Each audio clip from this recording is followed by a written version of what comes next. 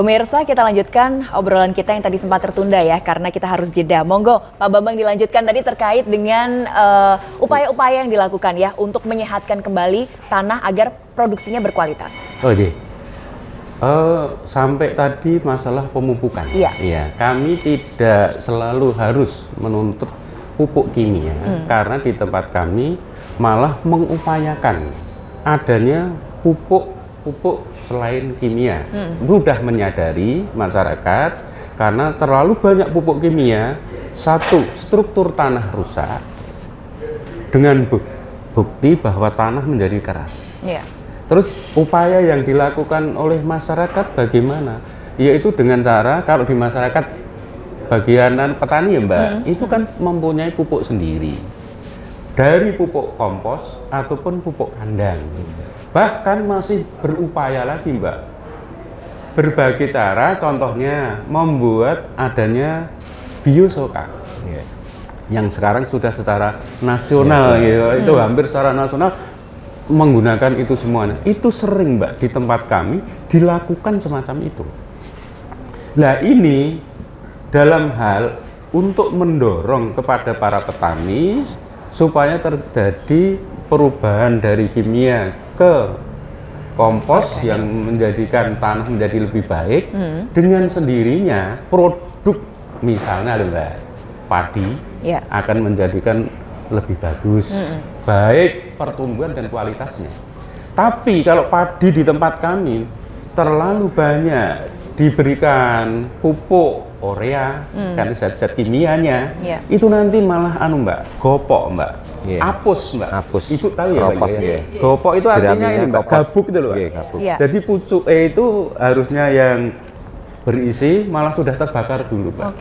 Itu satu contoh. Bukan nggak berisi, semakin merunduk ya Pak ya? Iya, betul. Malah ke atas lagi. Ke atas ya. Baik. Lanjut.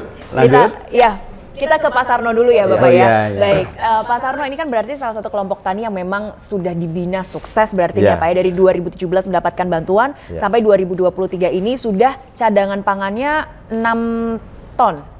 Ini yang ada di gudang. Yang ada di gudang lebih. Ini 6,2. 6,2 ton. 23, ini luar biasa sekali. 23 ya. Iya, 6,23. Yang tiganya belum saya sebut. Oke, 6,23 ton ya Pak Sarno. Baik, ini merupakan salah satu contoh nyata juga pemerintah hadir ini ya untuk para petani, karena tadi petaninya sudah mandiri. Tapi ini kan kalau untuk satu kelompok tani, bagaimana dengan kelompok tani lain di Jawa Tengah? Apakah edukasinya sudah sampai juga sama seperti Pak Bambang? Ya, sebenarnya pemerintah hadir tidak membeda-bedakan kelompok tani dimanapun berada, semua sama Mbak. Kadang kita masih di lapangan itu menjumpai istilahnya SDM kelompok tani itu sendiri. Saya kira nanti kalau di tempat Pak Bambang kelompok tani subur lah dan sekitarnya saya kira sudah clear, karena saya juga sering komunikasi dengan para kelompok tani. Memang kita harus hadir bagaimana membenahi terkait SDM-nya dulu, karena tanpa SDM suatu kelompok itu tidak mungkin akan bisa berkembang dengan baik. Walaupun kita berikan suatu stimulan, subsidi apapun, kalau SDM-nya tidak mampu, tidak mungkin akan berhasil. Nah, maka kami sering juga sampaikan setiap kami ketemu dengan baik itu di kepala dinas, di dinas pertanian, di tingkat-tingkat kabupaten, saya sampaikan, marilah kita benahi kelompok-kelompok tani kita, terutama SDM-nya dulu, biar mereka mampu mengelola suatu kelompok. Karena suatu pengurus ya, suatu misal ketua, itu kalau tidak menguasai, mengetahui benar, ya kacau nanti kita dalam mengurus kelompok tani itu sendiri. Jadi pertama harus SDM-nya kita benahi dulu. Barulah nanti kita sambil berjalan, kita berikan ya edukasi supaya bagaimana petani itu betul-betul bisa setelahnya merupakan pejuang bangsa, kan gitu. Jadi memang mau nggak mau kita harus mengakui Mbak, petani itu adalah merupakan pahlawan bangsa kita. Loh, kalau sekarang petani itu tidak mau menanam, mogok kerja, nah seperti apa? Nah, karena semua orang setiap hari kita makan apa? Nah, gitu. Jadi kami memberikan dorongan, tidak membedakan kelompok tani manapun, mari kita bekerja keras. Dan kami juga sering ketemu dengan petani-petani milenial juga, Bu. Kami sudah 2 atau 3 kali lah bertemu dengan kelompok petani milenial. Jadi tadi betul disampaikan Bu Kadis tadi, kami sepakat. Jadi jangan sampai ada image dulu itu kalau belum makan nasi belum makan. Kenyang, jadi kita harus juga memberikan contoh kepada masyarakat.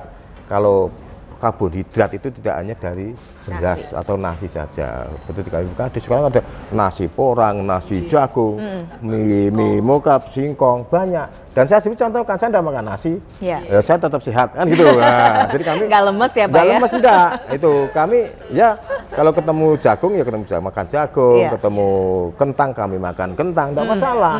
Itu jadi kita harus memberikan apa ya, edukasi kepada masyarakat. Jadi tidak ada bahasa sebelum makan nasi itu belum makan, itu enggak. Sekarang enggak, itu banyak karbohidrat yang harus sebagai pengganti beras atau nasi itu.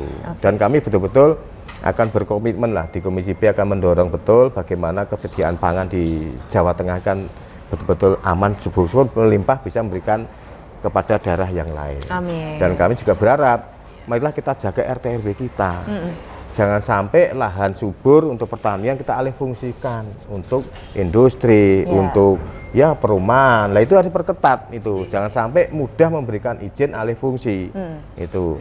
Nah kita juga mendorong istilahnya lahan-lahan yang masih apa ya, nganggur bahasanya ya. Ya betul Pak. Ya. Tidak ada, belum dimanfaatkan untuk pertanian. Nah, itu mana kita dorong. Ya, lahan tidur. Ya, lahan tidur itu masih banyak sekali di tempat kita, itu kita manfaatkan untuk lahan pertanian.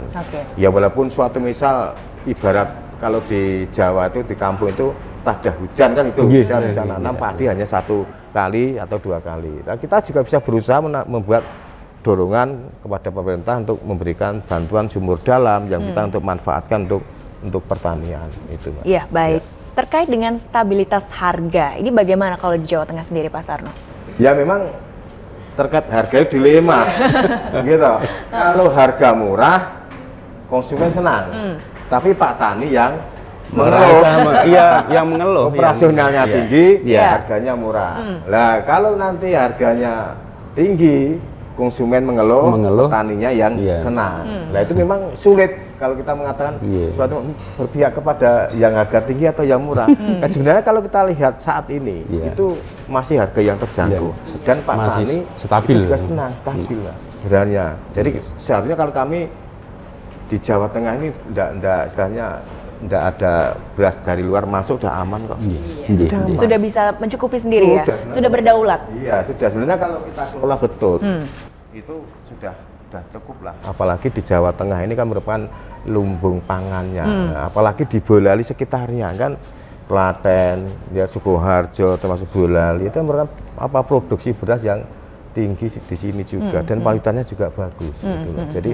Jadi aman lah kalau di Jawa Tengah terkait stok pangan itu. Aman ya, baik.